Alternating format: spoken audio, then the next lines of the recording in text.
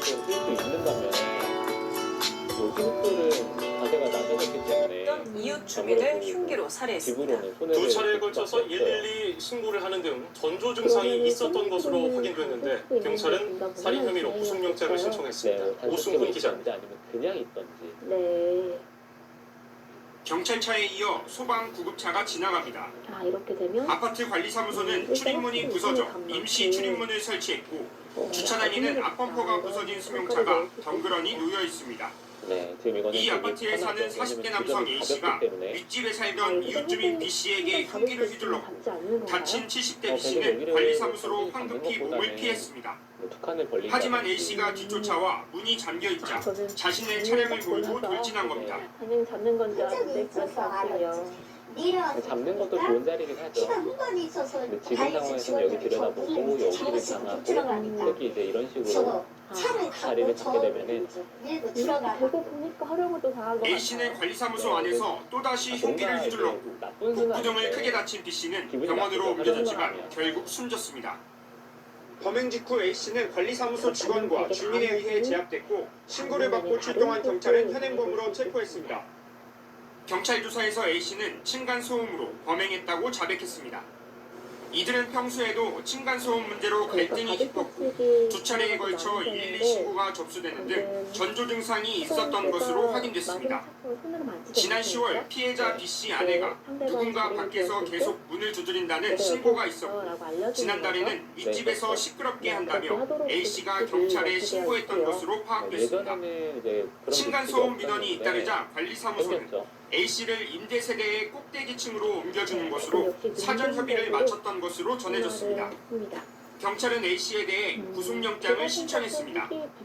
YTN 오승훈입니다.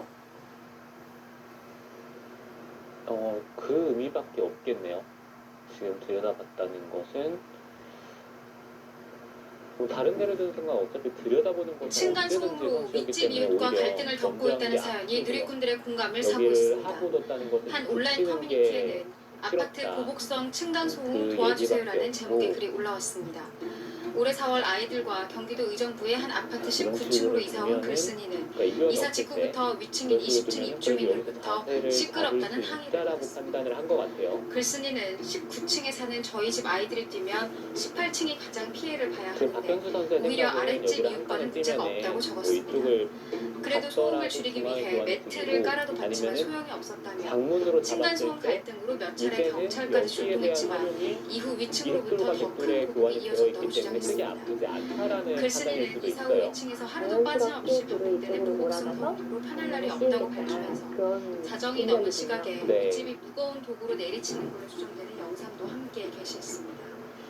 누리꾼들은 아이들이 너무 무서워할 것 같다. 고의적인 층간소음은 배상해야 한다며 글쓴이에 공감하는 반응을 보였습니다. 배경 시간이 24분이 남아있고요. 박현수 선수는 바둑을 정말 빨리 둬요. 겨울철에는 층간소음이 특히 심해지는데요. 아무래도 실내 활동이 늘어나서 그런데요. 명절 때가 되면 층간소음 갈등은 더해집니다. 나중에 선배 기자가 된다면은 현웅 구단과 비교가 될 만큼 토끼파 기자입니다. 경계선에 들고 있는 기자입니까? 네. 시도 때도 없이 위층에서 들려오는 쿵쿵대는 소리. 반면 소송에서는 제가 여자라고 겨울철 두드러지게 증가할 것으로 나타났습니다. 서울시가 2014년 4월부터 접수된 층간소음 민원 2,900여 건을 분석한 결과 지난해 기준으로 보면 7월에는 민원이 51건이었지만 19월에는 102건으로 피해 호소가 그대로 늘었습니다. 층간소음 원인은 끼거나 덮는 소리가 절반 이상으로 가장 많았고 방치질과 감옥 끌기, 반려동물 짖는 소리 등이 귀를 들였습니다. 피해를 호소한 세대는 아래층이 70% 가까이를 기록해 압도적으로 많았습니다. 위층이 민원을 제기한 경우도 25% 가까이 나타났는데 우퍼 스피커 설치는 아래층이 무복소음으로 고통을 겪고 있는 것으로 조사됐습니다. 서울시는 설련유 가족들이 보일 경우 층간소음 문제가 심해질 수 있다며 주의를 당부했습니다. 특히 가족 모임이 있으면 인생이 알려 양해를 구할 것을 제안했습니다. 이와 함께 층간소음 갈등이 일어났을 때 이웃에 직접 항의하기보다는 관리사무소 등 제3자의 중재를 요청해야 한다고 서울시는 강조했습니다. KBS 뉴스 김준수입니다. 획득하는 대회인데요. 그래서인지 처음에는 이렇게 시간이 많이 있다가 어느 와, 저 순간에 지금까지 소액이 팡 맞었는데 되면 이걸 이제 정말 알았습니다. 그때부터가 바로 전에 힘들거든요. 샀던 것과 똑같은 네, 그렇죠. 상품인데 10,000원 넘게 차이 나는 경우입니다. 이렇게 이렇게 해서 날일자로 명절을 앞두고 가장 큰 걱정 중 하나가 바로 층간소음 주지 갈등인데요. 않고 최근 지금은 코로나19 확산으로 타이트하게 집에 머무는 계속 시간이 몰아가고 늘면서 있는데요. 관련 네. 민원이 고삐를 폭증하고 잡고 있습니다. 이렇게 해서 폭력까지 달리고 이어지는 있습니다. 고질적인 솔직히 문제여서 한번 누구나 이건 한 번쯤 한번 고민해 봤을 해보고 텐데요. 싶은데 해법 찾기를 위한 제도 정비가 뭔가 시급합니다. 위험할 것 같기도 허윤호 기자. 하거든요. 어떨까요? 한 점을 움직일 수는 없을 것 한낮의 같아요. 조용한 아파트. 네, 여기는 무언가 뭐 내려치는 여기 듯한 입구 소리가 자르는 곳은 반복적으로 바로 옆에 울립니다. 치고 끊기만 하더라도 네. 여기 단수치고 이어서 이제 탈출은 되는데 자연스럽게 여기 단위 속도를 다 소음 벌리거든요. 측정기로 재보니 그걸 조용할 쳐버리면. 때보다 15데시벨 가까이 치솟는데 1년째 그래서 밤낮을 가리지 않는 고민을 하고 반복적인 소음에 있습니다. 야간 교대 근무를 하는 입주민 사실 A씨는 대개 입장에서는 도저히 잠을 이룰 여기 수 없다며 뭐 피해를 항판이나 호소합니다. 나래자로 이 오른쪽의 모양을 다 지울 수 있는 장면에서 중앙 쪽을 선택을 한 것이기 때문에 특히 이제는 역으로 뭐 이 숫돌이 우변 쪽을 파고들면서 살아버리면은 이거는 소음을 100% 내는 것으로 지구로는 한 게 추정되는 아무것도 세대는 없어요. 무슨 사연인지 취재에 응하지 않았습니다. 옆집과 아랫집을 가리지 않는 지금은 끊임없는 또 갈등에 어떻게든 우변 이웃 쪽의 간 피해를 고소전까지도 최대한 이어졌는데 주면서 하는 경찰도 여러 차례 법을 찾아내야 출동했지만 됩니다. 조치할 수 있는 일이 많지 않다고 말합니다. 흐름 자체는 되게 시원하긴 한데 공격수가 없는 게 있어야겠죠. 네, 그리고 지금 이 백돌이 이웃간의 공격하는 폭행이나 입장이기 때문에 칼부림까지도 세력 같아 보이는 이어지는 고질적인 거지. 층간소음 뭐 갈등. 이런데 돌이 하나만 코로나19로 오더라도 집에 있는 시간이 다음에 한칸 많아지면서 뛰는 자리도 민원이 기분이 나쁘게 폭증했는데 나와서 끊는 것도 있고요. 지난 네. 2019년 들어 9월까지 그런데 전북 솔직히 지역에서만 그 192건 접수됐던 민원은 지난해 하는 같은 걸까요? 기간 꽃자도 394건으로 2배나 늘었습니다. 이거 상황이 위험해 이런데도 전남과 보이는데요. 전북을 통틀어 층간소음 문제를 담당하는 센터 직원은 단 2명뿐입니다. 민원을 접수해도 한쪽에서 동의하지 않으면 중재도 쉽지 않은 상황. 뾰족한 해법이 없어 늘어만 가는 갈등이 중재나 규제를 위한 제도 개선과 함께 행정당국의 적극적인 개입이 네, 필요해 근데 보입니다. AI 판단은 또 MBC 그렇지도 뉴스 않네요. 허연우입니다. 저는 되게 위험해 보이긴 했는데 네.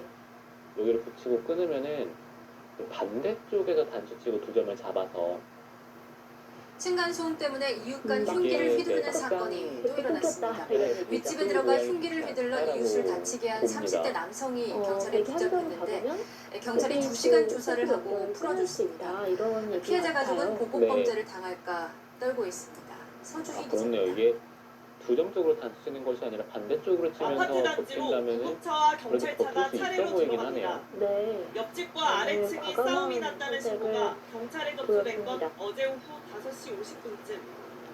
층간소음을 지금 이유로 만약에 아래층에 이렇게 살던 30대 숫자를 남성이 두면서 연결이 2층을 된다라고 찾아가 위협한 보면은 겁니다. 박현수 선수가 이 중앙 쪽에 나를 때는 손바닥만 낼 거예요. 네.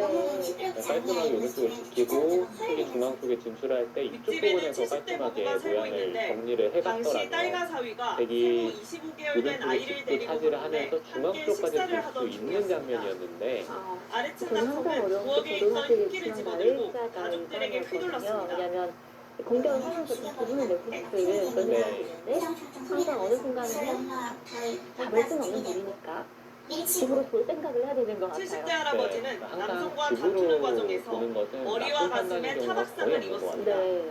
남성은 경찰 그 부분이 진짜 조사에서 어려운 것 같아요. 층간소음을 항의하러 올라갔는데 기분 좋게 할아버지가 공격하는 때려서 것이 흉기를 아니라 들었다고 언제든지 진술했습니다.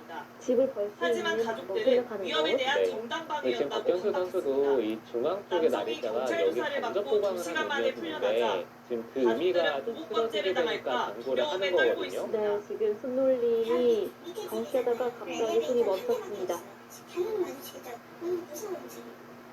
경찰은 현장에 도착했을 때 다른 오늘도 이웃 주민의 풀어서 존재로 남성이 가장 현장에서 많은 벗어나 있어서 사용하고 현행범으로 있는데요. 체포하지 그만큼 못했다고 이 흑의 밝혔습니다. 입고자는 경찰은 생각하지 남성을 못했다, 이런 특수폭행 뜻으로 혐의로 보이죠? 조사하는 한편 네, 뭔가 다음 주 중 일감상 안 70대 된다라고 부부에게 판단을 한 것 같아요. 스마트워치를 저도 지급할 계획입니다. 여기 나리 떨어졌을 채널A 때는 뉴스 흑이 서진입니다. 이렇게 나오는 것 자체가 잘 안 200에 된다고 1000에 다 써봐도 처음 일감적으로 어깨 느꼈기 죽지가 때문에 네. 조금만 더 자세히 살펴볼까요? 서울의 한 여기서 오피스텔. 대기 이곳의 주민 소통 게시판이 층간소음 관련한 내용으로 가득합니다. 쿵쿵 울리는 소음과 진동이 지난해 말부터 끊임없이 이어지고 있기 때문입니다. 단수를 치고 여기 2점을 잡아뒀을 때 되게 여기 단수는 선수예요. 그리고 이쪽을 그냥 넣는 것은 소음은 시간이 지나면서 더욱 커졌다고 합니다. 그리고 쌍립으로 이제 선수로 연결한 다음 우변 쪽을 밀어버리면 이거는 오히려 되기 더 답답하고 취재를 하는 동안에도 진동은 계속되고 가만히 있는 물이 찰랑거립니다. 계속되는 진동으로 인해 균열까지 발생했다는 주민도 있습니다. 이쪽을 선수 교환을 안 당하려면 한쪽을 잡는 수밖에 없는데 이거는 단수를 치고 끊었을 때 여기를 끊어서 패배하는 것은 지금 색감이 아예 적잖은 사람들이 소음의 원인을 우퍼, 스피커로 추측합니다. 지난달이었던가 정확히 날짜를 모르겠는데 배송이 딱 가니까 오더라고요. 보니까 내용으로 보니까 젖힐 때 붙이면 오히려 그런 거였었던 것 같아요. 잡히죠. 층간 소음 복수라는 내용으로 온라인에 올라와 있는 다양한 영상들에서는 저음 진동 효과를 위해 우퍼 스피커를 추천합니다. 해당 오피스텔에서 실제 사용 여부는 확인되지 않지만 현장에서 들리던 진동과 매우 유사하다는 겁니다. 소음의 근원지로 추정되는 오피스텔 현관문에는 이웃들의 불만이 적힌 종이가 빼곡하게 붙어 있습니다. 소음을 측정해보니 무려 61데시벨, 주간 소음 기준치 39데시벨을 크게 웃도는 수치로 나옵니다. 이곳이나 이쪽으로 벌려서 처음에는 대화로 해결해 보려 했지만 초인종과 인터폰까지 꺼져 있어 접촉이 어려웠다고 합니다.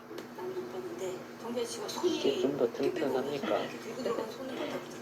경찰에 수십 번 신고했지만 바뀌는 것은 없었습니다. 중앙 관련은 없기는 한데 경범죄처벌법에 이쪽을 두는 것은 인구조란 행위 뭐 이런 거에 해당되기 때문에 방문해서 사정을 들어봐야 되는데 그분이 뭐 문을 안 열어주고 그러시나 봐요. 그러니까 이제 뭐 저희들이 그 영장 없이 강제 개방할 수도 없는 상황이고. 이웃 간의 문제는 형사 문제가 아닌 만큼 경찰에 앞서 행정기관의 적극적인 역할이 필요해 보입니다.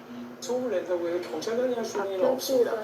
그렇기 때문에 행정청에서도 검토할 필요가 있다는 겁니다. 할 수 있는 건 행정청, 그다음에 경찰, 그다음에 사법부의 힘을 빌리는 건데 행정청이 좀 더 적극적으로 나서야 될 것 같고. 왕중왕전에서 준우승을 차지했는데요. 이 왕중왕전인 만큼 우승자가 나올 수 있는 대회 아니었습니까? 네. 당시에 이제 뭐 설현준 선수도 출전을 했었고요. 공동주택에서 발생하는 우승자, 층간소음은 모두 이웃 간 출전을 심각한 했는데 갈등으로 번지는 이제 경우가 선수가 많습니다. 정부가 대형 아파트 단지를 대상으로 시범 운영해온 층간소음 맞춤형 지난 서비스를 대폭 KB국민은행 확대하기로 했습니다. 가족예금이 피처스리그 이승윤 신발전에서 자격으로 통과를 했고 울산 고려현에서 지난 30대 가다가 남성이 50명으로 아파트 위층에 사는 활동하겠습니다. 60대 노인을 흉기로 찔러 숨지게 아, 했습니다. 역시 냉정하네요. 이유는 층간 소음으로 인한 다툼이었습니다.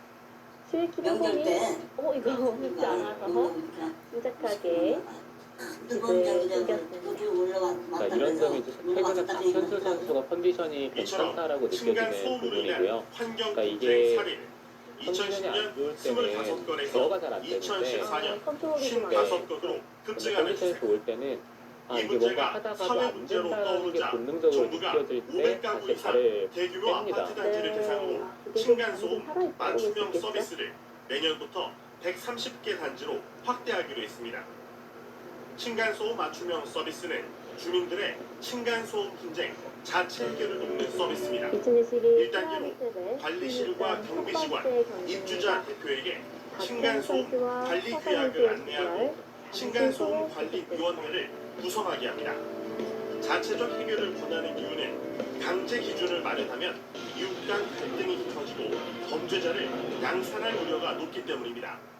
2단계로 층간소음 관리위원회, 민원 처리 절차와 소음 측정 방법을 교육합니다.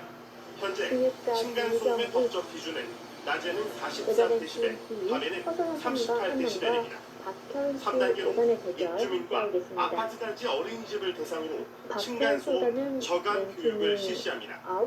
층간소음 원인 중 70% 이상이 아이들의 뛰는 소음으로 조사를 했기 때문입니다. 앞으로는 교사 직무 연수와 유치원 교육에도 층간소음 예방 교육이 추가됩니다. 층간소음 맞춤형 서비스가 도입되면 층간소음 전화 상담 건수는 감소하고 있습니다.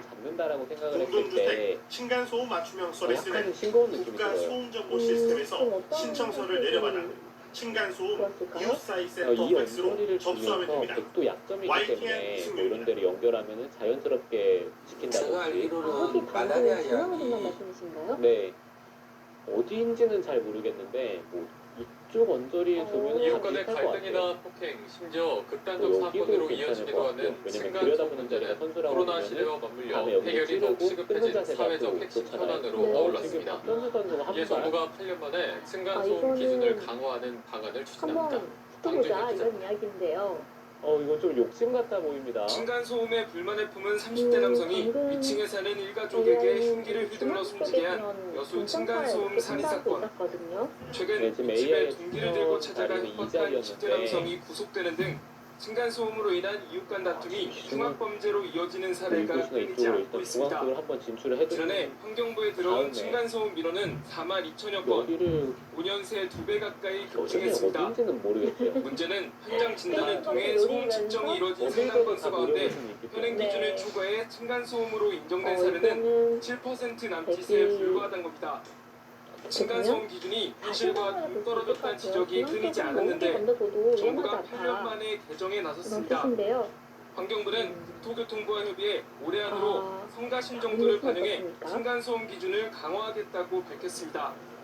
현재 43데시벨인 층간소음 기준치를 2에서 5데시벨 정도 낮추는 방안이 검토되고 있습니다. 좀 느린가요? 현행 층간소음 기준이 그러니까 이 백돌과 백돌의 교환이 이돌과 이돌의 교환이 근데 해외 사례에서 뭔가 당한 것 같다는 생각이 들기 때문에 정도 강화해야 된다. 그러네요. 다른 대비 사례가 있어서 있는 사례가 좀더 환경부는 층간소음으로 인한 이웃 간 갈등을 초기에 중재할 수 있는 단순히 매뉴얼도 흙은 올해 연결을 처음 한번 보급할 뿐인데 계획입니다. 대리 입장에서는 연합뉴스TV 강준혁입니다. 여기를 찝더라도 그래도 여기 끊어지는 약점이 방비가 됐고요. 흉기를 휘둘러서 이웃 주민을 살해한 40대 남성이 경찰에 붙잡혔습니다. 층간소음 문제로 다투다 범행을 저질렀을 가능성이 제기됩니다. 서창훈 기자가 취재했습니다. 걸리잖아요. 네.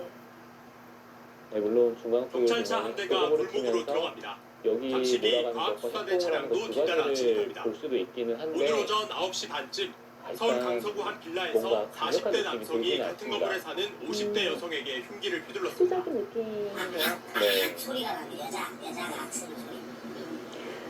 그 사람들 조용하잖아요. 커버 혐의가 원래 좀 신고를 받고 장기적인 출동한 경찰은 남성을 현행 범 체포했습니다. 네, 여성은 병원으로 옮겨졌지만 끝내기나 결국 계단 숨졌습니다. 쪽에 자신이 있는 편인데 근데 이제 박현수 선수를 상대로도 그런 작전이 과연 통할지 경찰에 따르면 남성은 위층, 여성은 아래층에 살았던 것으로 확인됐습니다. 경찰은 경찰은 남성이 층간소음 문제로 다투다 범행을 저질렀을 가능성을 살펴보고 있습니다. 범행 과정에서 손을 다친 남성이 치료를 마치는 대로 정확한 범행 동기를 조사할 계획입니다. 경찰은 또 살인 혐의로 남성에 대한 구속영장도 신청할 근데 방침입니다. 이거는 술을 내고 채널A 과연 뉴스 서창훈입니다. 흑인지는 잘 모르겠어요. 연결을 끊을 수는 네, 있지만 끊을 수는 있지만 뭐 백도 사는 데는 문제가 없기 때문에 30대 남성이 아파트 엘리베이터를 타고 있던 바로 위층에 사는 일가족을 향해 흉기를 휘둘렀습니다. 범행 직후 스스로 목숨을 끊었는데요. 경찰은 층간소음 갈등에서 비롯된 범행일 가능성에 무게를 두고 지금은 있습니다. 뭐 끼울 수밖에 오세정 없는 것 같아요. 여기 반대쪽을 두기에는 단수를 쳤을 때 아파트 공동현관 앞에 순찰차들이 출동해 있고 과학수사 대원들도 분주히 오갑니다. 오늘 아침 이 아파트 16층에서 일가족 3명을 태운 엘리베이터가 15층에 도착하자 30대 남성 주민이 탔고 그 직후 일가족에게 흉기를 휘둘렀습니다. 사건이 발생한 아파트 계단입니다. 계단벽에는 손자국처럼 보이는 무늬가 남아있는데요. 흉기로 공격받고 다급히 피신하면서 생긴 혈흔으로 보입니다. 습격을 당한 40대 부부는 상처를 입었지만 생명에는 지장이 없고 부부의 딸도 찰과상을 입는 데 그쳤습니다. 이웃 주민이 문을 열어줘 피해자 가족의 피신을 보았습니다. 내가 지금 애기가 키우나 그러고 있었는데 어느 날 다시 또 나왔어. 가해자인 30대 남성은 자신의 집에서 숨진 채 발견됐습니다. 경찰은 범행 직후 스스로 목숨을 끊은 걸로 보고 있습니다. 숨진 남성은 피해자 가족의 바로 아래층에 사는 주민으로 파악됐습니다. 주민들은 위층 일가족이 이사 온 뒤부터 층간소음 갈등이 있었다고 말했습니다. 문제가 있었다. 이사 오고 나서 경찰은 치료 중인 피해자를 조사해 정확한 사건 경위를 파악할 방침입니다. 채널A 뉴스 오세정입니다. 살거든요. 흙이 잘 폈네요. 네. 이런 약점들이 있기 때문에 지금 흑의 입장에서는 먼저 이 중앙 쪽으로 결정을 한 다음에 나중에 끝내기로 줄 수는 있을 것 같은데 2레벨은 풀 수 없는 거지. 그는 우리가 철조각 다 풀어달라고 하잖아. 철레벨 쉬우니까. 층간소음 문제로 아파트 위층에 사는 부부를 살해하고 그 부모까지 다치게 한 혐의로 재판에 넘겨졌던 30대에게 무기징역이 선고됐습니다. 피고인은 정신적인 문제가 있는 상태에서 범행을 저질렀다며 선처를 구했지만 재판부는 받아들이지 않았습니다. 보도에 김호 기자입니다. 지난해 9월 전남 여수의 한 아파트에서 벌어진 이른바 층간소음 살인 사건. 층간소음 문제로 시비 끝에 윗집 부부를 살해하고 함께 있던 이들의 부모에게도 흉기를 휘둘러 충격을 줬습니다. 살인을 저지른 36살 장모 씨에 대해 재판부가 무기징역을 선고했습니다. 광주지방법원 순천지원 제1형사부는 범행 수법이 극도로 잔인하고 숨진 부부의 자녀들이 한꺼번에 부모를 잃게 되는 등 범행 결과도 참혹하다며 양형 이유를 설명했습니다. 재판부는 또 장 씨에게 20년간 위치 추적 전자장치를 부착하라는 명령을 내렸습니다. 장 씨는 범행 직후 스스로 112에 신고한 점을 내세워 자수감경 적용을 주장하기도 했지만 재판부는 이미 피해자의 신고가 접수된 상태여서 자수로 볼 수 없다고 밝혔습니다. 사물 변별 능력이 없는 심신상실 또는 미약 상태에서 범행을 저질렀다는 주장 역시 받아들여지지 않았습니다. 검찰이 구형했던 사형이 아닌 무기징역형이 내려진 데 대해 유족은 반발했습니다. 그 과정을 이것은 아니면 단수를 친다든지 그러면 흑이 돌파는 하지만 법이라는 질서를 되게 빡가nem을 하는 순간 여기를 단수치고 검찰은 판결문을 분석해 항소 여부를 결정할 방침입니다. KBS 뉴스 김호입니다. 돌파할 수 있지만 그냥 이어야 되나요?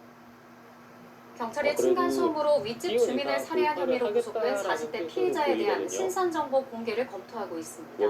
숨진 주민에 대한 부검과 함께 신병이 확보된 피해자를 상대로 추가 조사를 이어갈 예정입니다. 오승훈 기자. 있는 게 정수인데 충남 천안에서 층간소음으로 윗집에 살던 이웃 주민에게 흉기를 휘둘러 살해한 혐의를 받는 40대 피해자 A씨.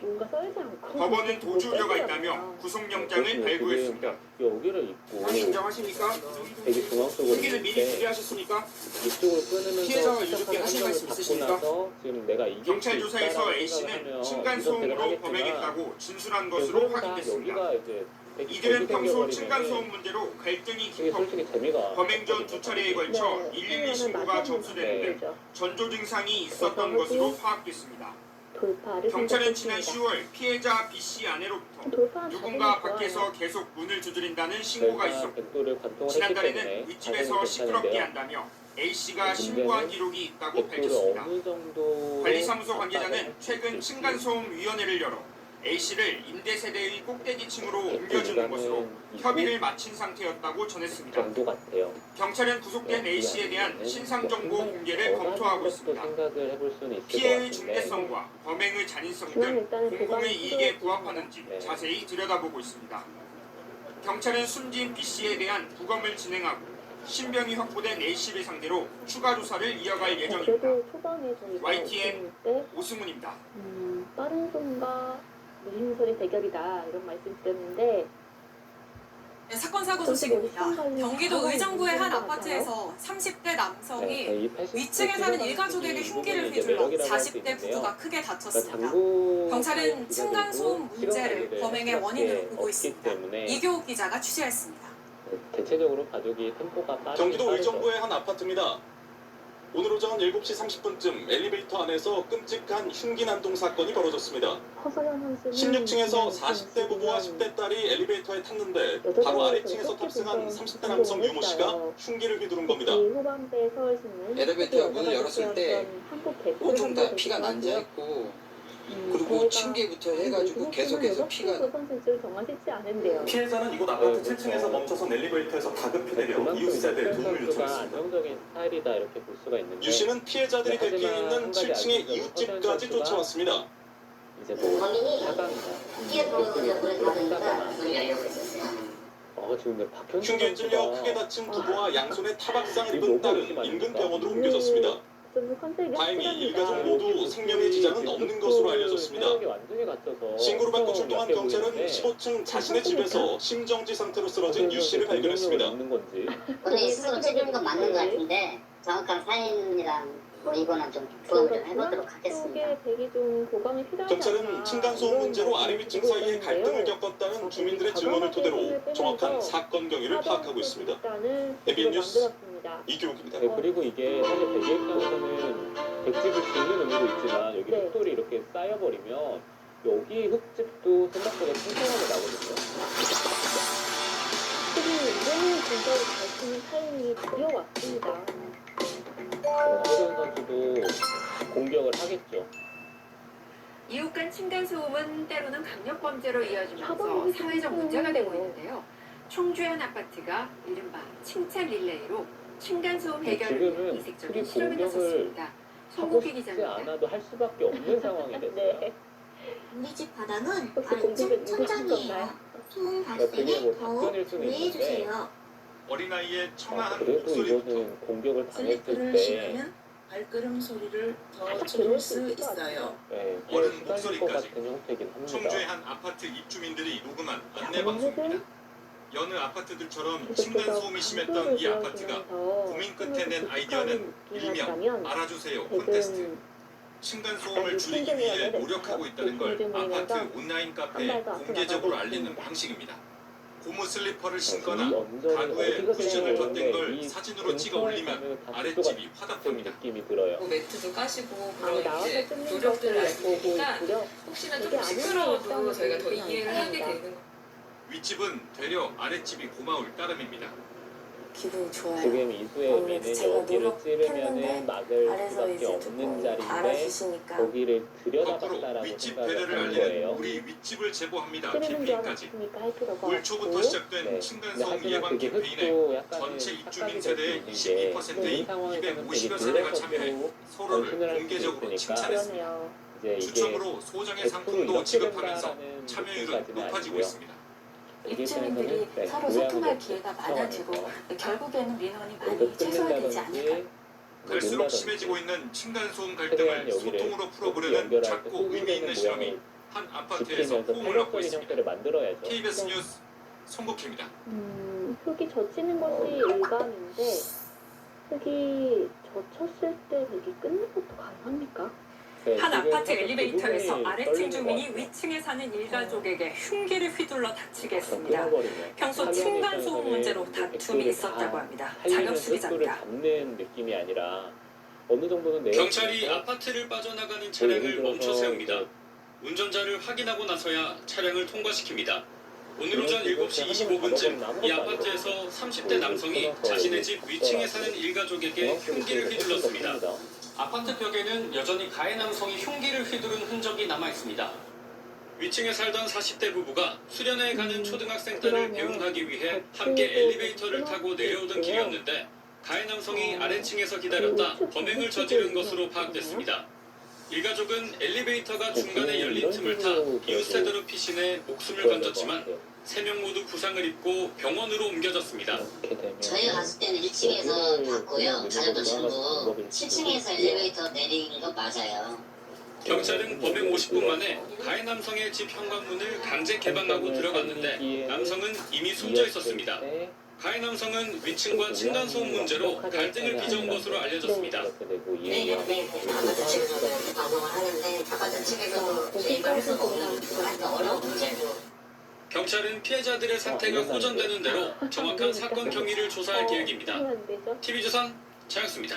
근데 이거는 모양이 그냥 여기를 있고 넣으면은 층간소음 문제에 대한 연속 보도 오늘 두 번째 순서로 우리가 사는 아파트가 층간소음에 왜 이렇게 취약한지를 짚어봅니다. 건설사들의 부실 시공 문제, 또 건물 구조적인 부분까지 다각적으로 살펴보고 대안도 고민해봤습니다. 박창근, 임상범 기자가 차례로 그러니까 이 백도를 잡아야 되는데 못 잡는 순간 흙이 벽을 타고 들리는 소음에 부부는 잠을 설치고 아이도 깜짝 놀란 일수입니다.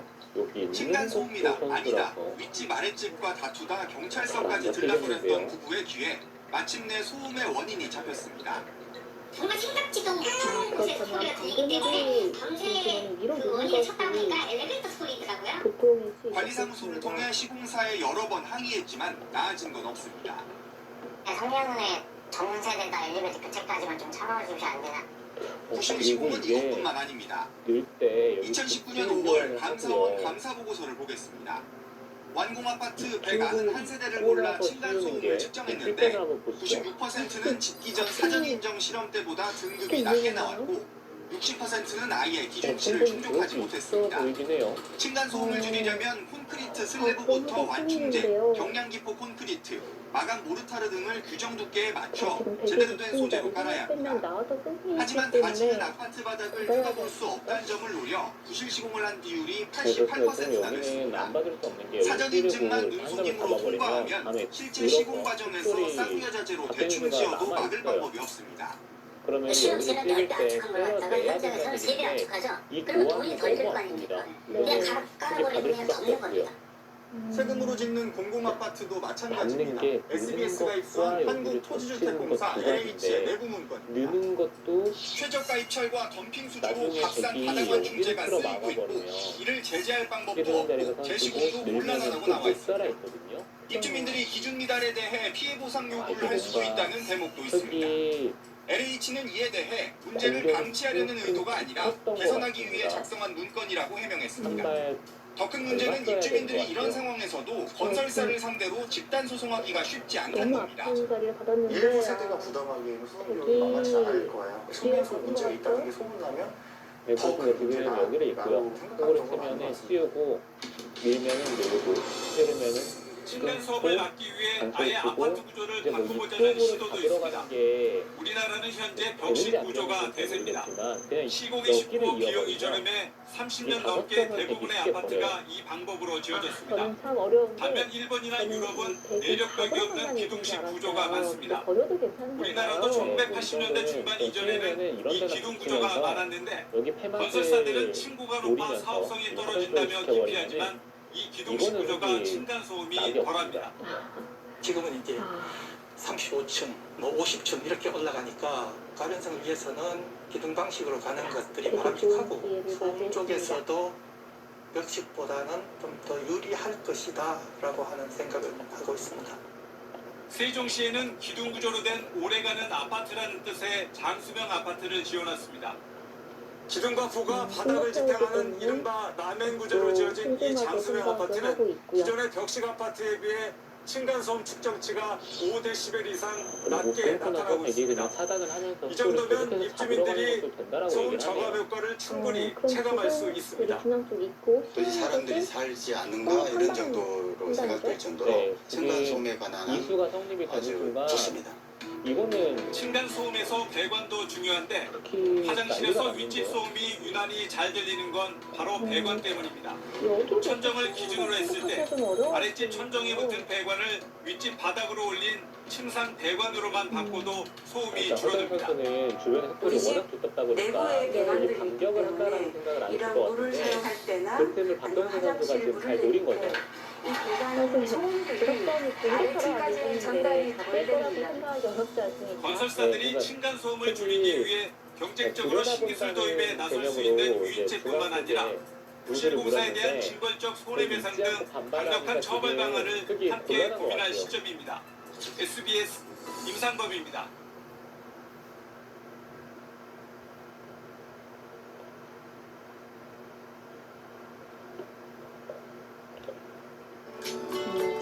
다시 한번 보여주세요. 지금 중앙대 꼼짝은 없기 때문에 크게 죽이려면 어제는 충남 천안에서 40대 남성이 이웃에게 흉기를 휘둘러서 살해한 혐의로 경찰에 체포됐습니다.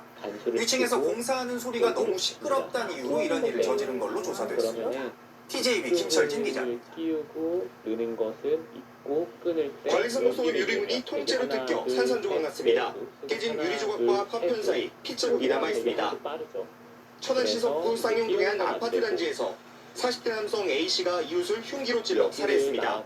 A씨는 보일러 보수공사 소음 문제로 윗집을 찾아 70대 남성 B씨와 다투다가 주머니에 있던 흉기로 B씨를 찔렀습니다. 치더라도 뒤에서 맞으면 이것도 되게 또 내야 돼요. 소리가 났을 거 아니야. 또 저울로 와서 옥신각신해라 칼을 뒤에 댄 거지. 칼을 찔린 B씨는 공사 직원이 A씨를 저지하는 사이 아파트 관리사무소로 도망쳤습니다. 관리사무소 직원들은 문을 잠그고 쫓아오던 A씨를 막았습니다. 하지만 A씨는 자신의 차를 타고 돌진해 잠겨있는 관리사무소 문을 뚫고 들어가 다시 한번 범행을 저질렀습니다. B씨는 심정지 상태로 병원에 옮겨졌지만 결국 숨졌습니다. 이웃들은 A씨가 평소에도 층간소음 문제로 갈등을 빚었다고 말했습니다. 젖히는 것과 장문으로 맞서주는 게 안 되거든요. 경찰은 A씨를 현장에서 체포하는 한편 살인 등의 혐의로 구속영장을 신청할 계획입니다. TJB 김철진입니다. 프로모텍에서는 8강까지 진출한 것이 최고 기록이고요. 허선호 선수는 2020년 코로나 사태 이후 사람들이 집에 머무는 시간이 늘면서 4년 사이 각종 민원이 2배 넘게 늘었습니다. 정부가 이 문제를 해결하겠다며 오늘부터 새 제도를 도입했습니다. 지금까지는 건설사가 공사 전에 모형으로 바닥을 만들어서 층간소음 기준을 통과하면 실제 집도 그대로 지었을 거라고 보고 준공 허가를 내줬습니다.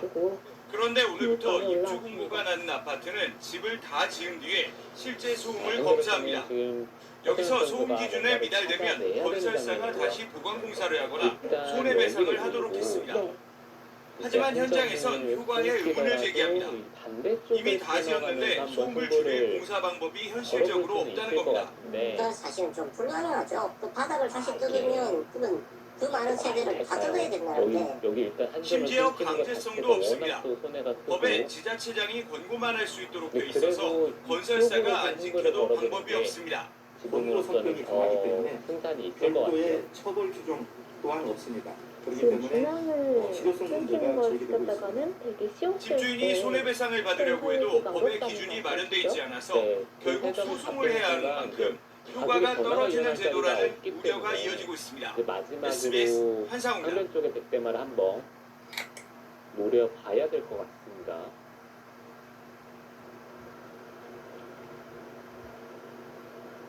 저도 지금 궁금해서 그 변화를 좀 살펴봤는데 여기를 밀어요. 그러면은 버스가 정류장에 서 있던 택시와 다른 버스를 잇따라서 들이받았습니다. 버스 승객들의 몸이 공중에 뜰 정도로 충격이 컸습니다. 단수를 치고 계속 밀어버리면 이쪽을 막는 것과 단수를 치고 정류장에서 귀갓길 버스에 올라타는 승객들 잡힙니다. 자리에 앉으려는 순간 큰 충격과 함께 갑자기 버스가 크게 흔들리고 여기를 밀고 일부 승객은 공중으로 몸이 붕 뜬 뒤 끊고 바닥에 쓰러집니다. 이 한 점을 버스 밖 정류장에 있던 시민들도 허겁지겁 뒷걸음질을 칩니다. 어젯밤 10시 40분쯤 서울 지하철 당산역 근처 버스 정류장에서 시내버스가 돌진한 겁니다.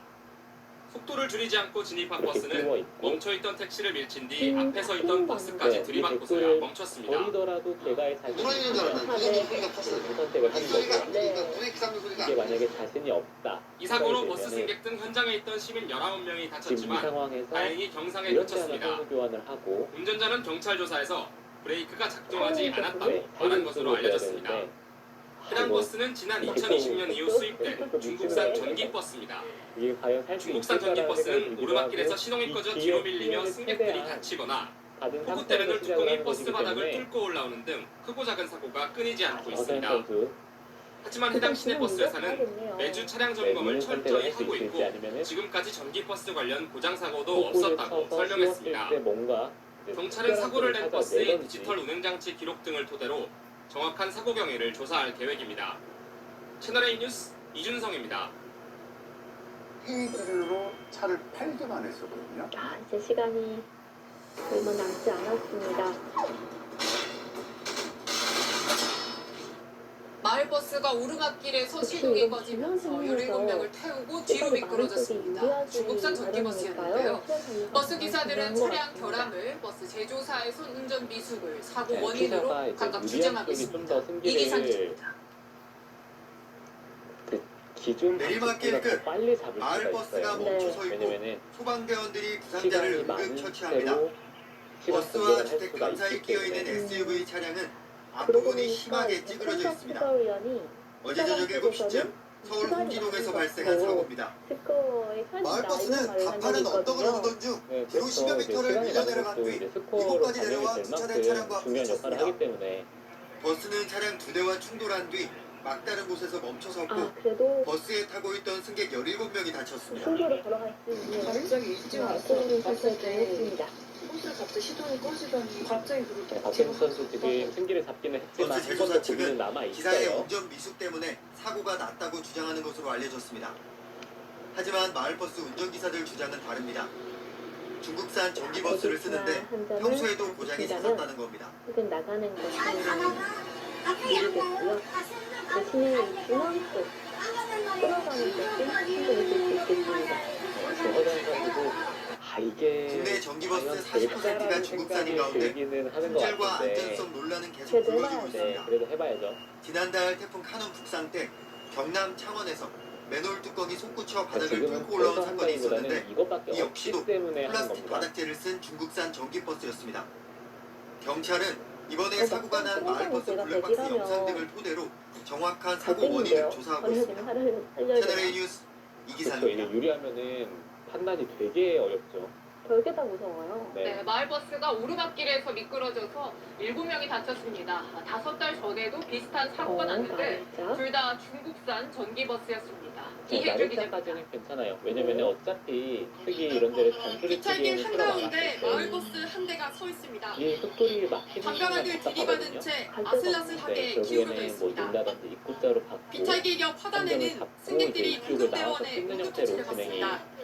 될 거예요. 머리가 희끗한 노인, 어린이도 눈에 띕니다. 어제 저녁 8시쯤 서울 서대문구 홍은동에서 오르막길을 오르던 마을버스가 뒤로 미끄러지는 사고가 났습니다. 버스는 그대로 아파트 옹벽을 들이받았고 버스에 타고 있던 24명 중 7명이 다쳐 병원으로 옮겨졌습니다. 서울시는 비탈길을 오르던 중 기사가 브레이크를 밟았는데도 버스가 뒤로 미끄러진 걸로 파악했습니다. 주민들은 오르막을 오를 때마다 불안했다고 말합니다. 마음에 안 든다. 운전사 아저씨가 항시 그거 잡으라고 그래요. 손잡이 잘 잡으시라고 여기 올라오다가 밑으로 가끔씩.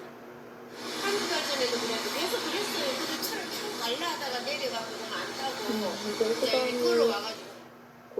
이번에 사고가 난 차량은 중국산 전기버스. 지난해 9월에도 서울 종로구에서 언덕을 오르던 마을버스가 비로 밀려 다른 차량과 부딪히는 사고가 있었는데 이번에 사고가 난 버스와 같은 중국 회사의 차량이었습니다. 서울시는 이번 사고가 차량 자체 결함이었는지 급한길 등 외부 요인이 작용했는지 등을 조사하고 있습니다. 채널A 뉴스 이해주입니다. 이 판단이 사실 이게 유리하다면 가장 좋으니까요. 네. 근데 마을버스가 차량 넉 개와 외벽을 들이받는 사고가 났습니다. 중국산 전기버스였는데요. 경찰은 버스의 결함은 없는지 국과수에 분석을 의뢰했습니다. 너무 많아요. 백승현 기자입니다. 중앙수 여기 조금 삭감을 해두고 서울 성북구의 내리막길 백집이 제한 워낙 속도가 많아서 시속 30km인 어린이 보호구역을 왠지 이런 마을버스 식으로 한 대가 허락할 질주해 내려옵니다. 현재로서는 더 높은 속도를 것 주체하지 같아요. 못한 채 덜컹거리며 달려갑니다. 잠시 뒤 버스는 신호를 기다리던 차량 넉 대를 들이받고 맞은편 건물과 충돌한 뒤에야 멈춰섰습니다. 사고를 죄송합니다. 사실 트럭을 쌓는 곳이라서 살리러 가는 게 만나진 않을 것 같은데 어제 낮 12시 반쯤 승객 9명을 태운 마을버스가 사중 추돌 사고를 내 5명이 다쳤습니다. 끊어지는 곳을 연결하는 거 이런 거는 사고 당시 충격으로 차량 진입을 막는 쇠기둥도 뽑혀나갔습니다. 버스기사는 경찰 조사에서 핸들과 브레이크가 작동하지 않았다고 진술했지만 버스 수입사는 운전 미숙을 주장하고 있습니다. 사고가 난 버스는 지난해 9월과 올해 1월에도 내리막길에서 미끄러지는 사고가 났던 중국산 전기버스와 같은 모델입니다. 국토교통부는 같은 버스에 사고가 잇따르자 조사에 나섰습니다. 국토부는 해당 버스가 국내 판매량이 많고 지난해 사고가 여러 번 난 만큼 우리 안전 기준에 적합하게 제조됐는지 조사하는 자기 인증 적합 조사를 올해 시작했다고 밝혔습니다. 경찰은 이번 사고가 운전자 과실인지 차량 문제인지 따져보기 위해 사고가 난 버스를 국립과학수사연구원에 보낼 계획입니다. 채널A 뉴스 백승현입니다. 근데 지금 되게 한 가지 노릴 수 있는 부분이 있기는 해요. 여기를 두고 단수치고 이으면 이쪽을 두는 게 서울 상명대앞 언덕을 올라가던 마을버스가 뒤로 밀리는 사고가 일어났습니다. 중국산 전기차였는데 타고 있던 승객 37명 전원이 다쳤습니다. 중국산 전기버스에서 비슷한 사고가 반복되고 있는 데다가 이 중국산 전기버스가 저렴한 가격을 내세워서 국내 시장을 잠식하고 있어서 우려가 커지고 있습니다. 전정훈 기자입니다. 마을버스가 언덕길을 힘겹게 오릅니다. 10초쯤 뒤 빠른 속도로 뒤로 미끄러져 내려오더니 주택가 담장을 들이받은 뒤에야 멈춰섭니다. 문이 열리자 버스에서 내린 승객 한 명이 길가에 쓰러집니다. 승객들이 연이어 다리를 절뚝이며 내린 뒤 인근 공터에서 응급처치를 받습니다. 오늘 오전 10시 40분쯤 서울 종로구 상명대 인근 언덕길을 오르던 마을버스가 뒤로 밀리며 다세대 주택을 들이받았습니다. 내가 방에 있었는데 부담장 소리가 나더라고. 그냥 의자 떨어져서 지금 이거는 되게 어려운 것 같아요. 이 사고로 버스 승객 37명이 모두 다쳤고 이 중 2명은 중상을 입었습니다. 끝까지 브레이크하고 키터치를 했는데 불가하고 제가 순간적인 그 몇초 사이에 밀렸다고 하더라고요. 사고 차량은 중국산 전기버스로 지난해 9월, 올해 1월과 4월에 미끄러진 사고가 났던 버스와 같은 모델입니다. 올해 1분기 새로 등록된 전기버스 중 중국산은 약 200대로 43%에 이릅니다. 경찰은 버스 회사와 기사 등을 상대로 사고 경위를 조사하고 있습니다. TV조선 전정원입니다. 연결을 끊으려고 했고 계속해서 버리는 진행으로 가고 있는데요. 네, 마을버스가 오르막길에서 미끄러져서 7명이 다쳤습니다. 5달 전에도 비슷한 사고가 났는데 둘 다 중국산 전기버스였습니다. 살릴 수 있는 도를 버렸기 때문에 차이가 줄어들었다 이렇게 판단을 하는 거고 비탈길 한가운데 마을버스 한 대가 서 있습니다. 살릴 생각이 없었기 때문에 담벼락을 들이받은 채 아슬아슬하게 기울어져 있습니다. 비탈길 옆 화단에는 승객들이 구급대원의 응급처치를 받습니다. 머리가 희끗한 노인, 어린이도 눈에 띕니다. 어제 저녁 8시쯤 서울 서대문구 홍은동에서 오르막길을 오르던 마을버스가 뒤로 미끄러지는 사고가 났습니다. 버스는 그대로 아파트 옹벽을 들이받았고 버스에 타고 있던 24명 중 7명이 다쳐 병원으로 옮겨졌습니다. 서울시는 비탈길을 오르던 중 기사가 브레이크를 밟았는데도 버스가 뒤로 미끄러진 걸로 파악했습니다. 주민들은 오르막을 오를 때마다 불안했다고 말합니다. 왜냐면은 여기에 흙돌이 있는 게 운전사 아저씨가 항시 그거 잡으라고 그래요. 손잡이 잘 잡으시라고 되진 않기 때문에 올라오다가 밑으로 가끔씩 되게 좀 편하게 되는 그렇습니다. 지금은 이 중앙 쪽을 뛰더라도 되게 같고요. 이번에 사고가 난 차량은 중국산 전기버스. 지난해 9월에도 서울 종로구에서 언덕을 오르던 마을버스가 뒤로 밀려 다른 차량과 부딪히는 사고가 있었는데 이번에 사고가 난 버스와 같은 중국 회사의 차량이었습니다. 여기를 막으면 서울시는 이번 사고가 차량 자체 결함이었는지 빙판길 등 외부 요인이 작용했는지 등을 조사하고 있습니다. 채널A 뉴스 이혜주입니다. 차이가 4제까지 떨어졌는데 다시 올라갔습니다. 그러니까 흙돌이 여기 있어야 지금 중앙 쪽을 받았을 때 이쪽을 틀어 막고 나래자를 두면은 갈라가면서 최대한 집을 만들 수가 있는데 어제 저녁 서울 금천구에서 자전거를 타던 초등학생이 마을버스에 치여 숨졌습니다. 도로에 주차되어 있던 차들 사이에서 자전거가 나오는 순간 사고가 난 걸로 파악됐는데 경찰은 그 버스가 제한 속도를 지켰는지 조사하고 있습니다. 최성훈 기자 취재했습니다. 편도 1차선 도로 위에 마을버스가 멈춰서 있고 뒤에는 소방 차량이 있습니다. 소방대원들은 버스 아래에 깔린 사람을 구조합니다. 어제 저녁 7시 15분쯤 서울 금천구의 한 도로에서 마을버스가 초등학교 6학년 남학생 A군이 탄 자전거를 들이받았습니다.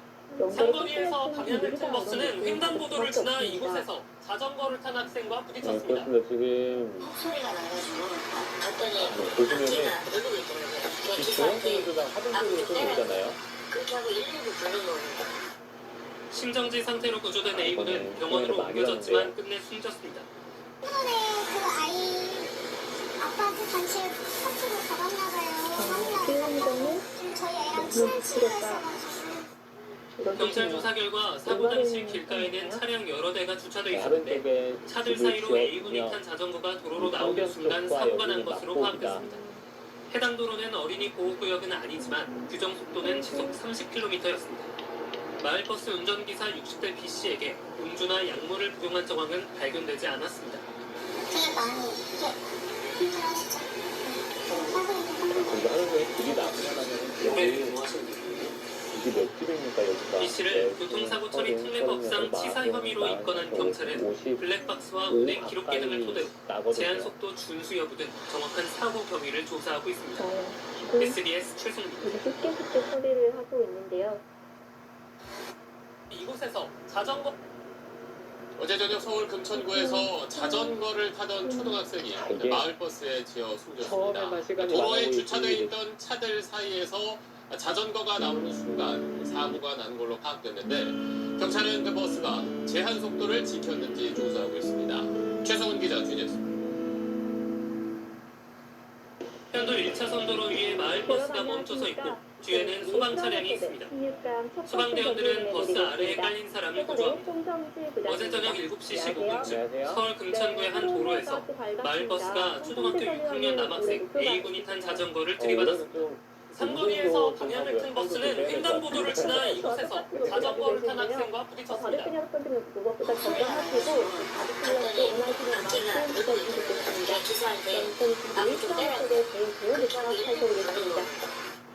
심정지 상태로 구조된 A군은 병원으로 옮겨졌지만 끝내 숨졌습니다.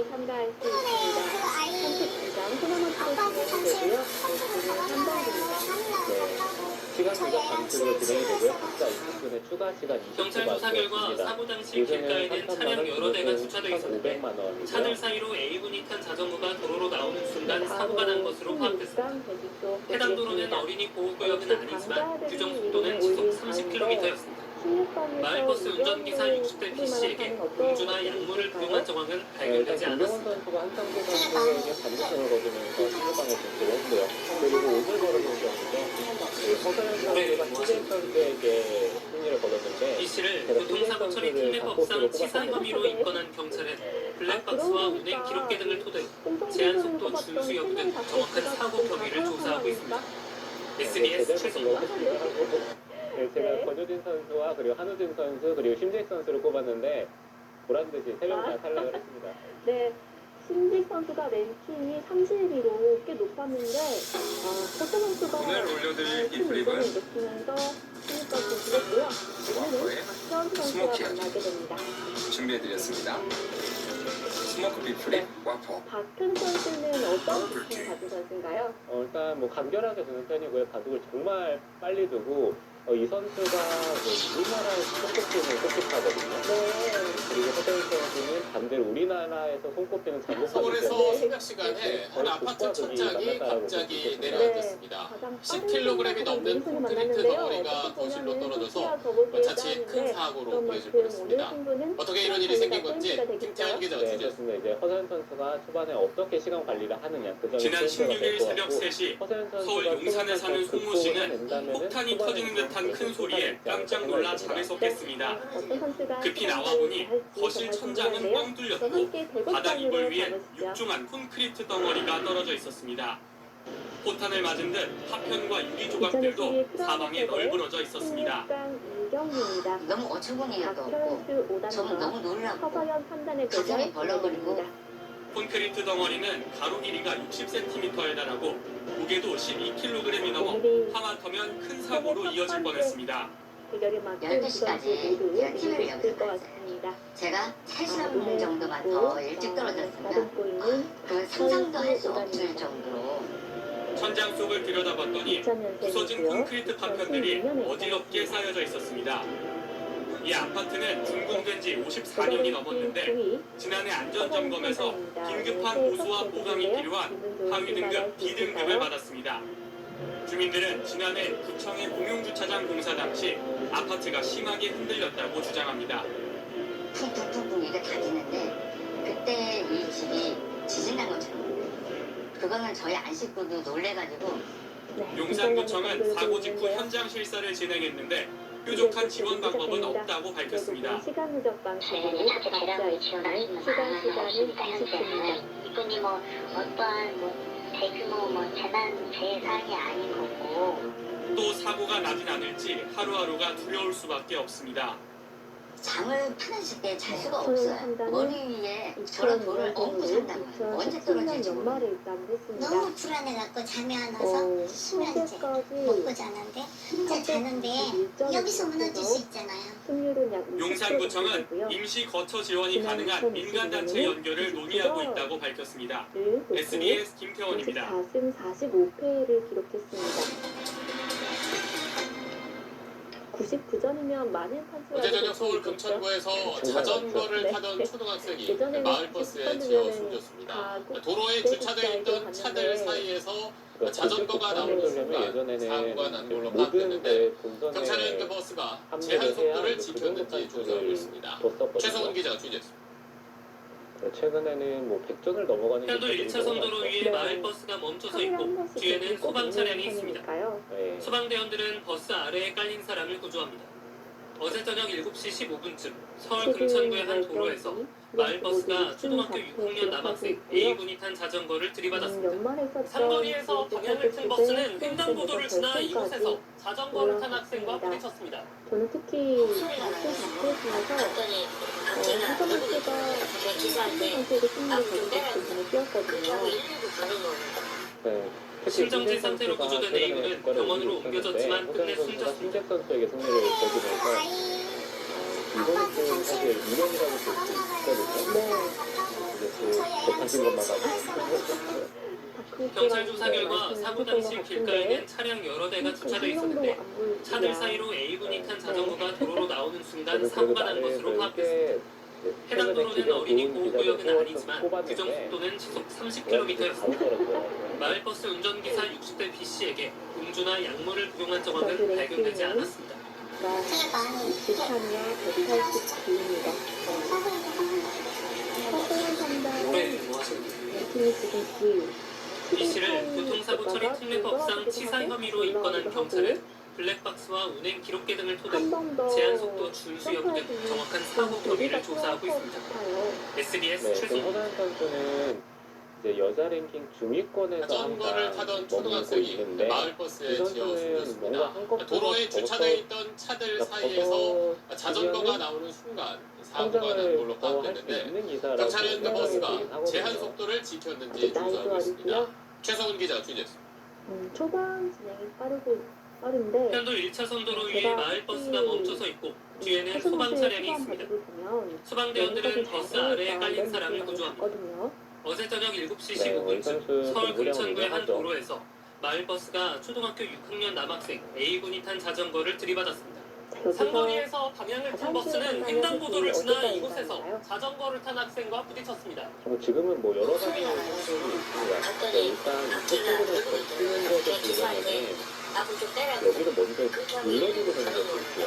그리고 심정지 상태로 구조된 A군은 병원으로 옮겨졌지만 끝내 숨졌습니다. 이런 식으로 보는 게 심각하다고 생각이 들면 지금은 뭐 이곳이나 아니면 이쪽도 생각해 볼 수 있고요.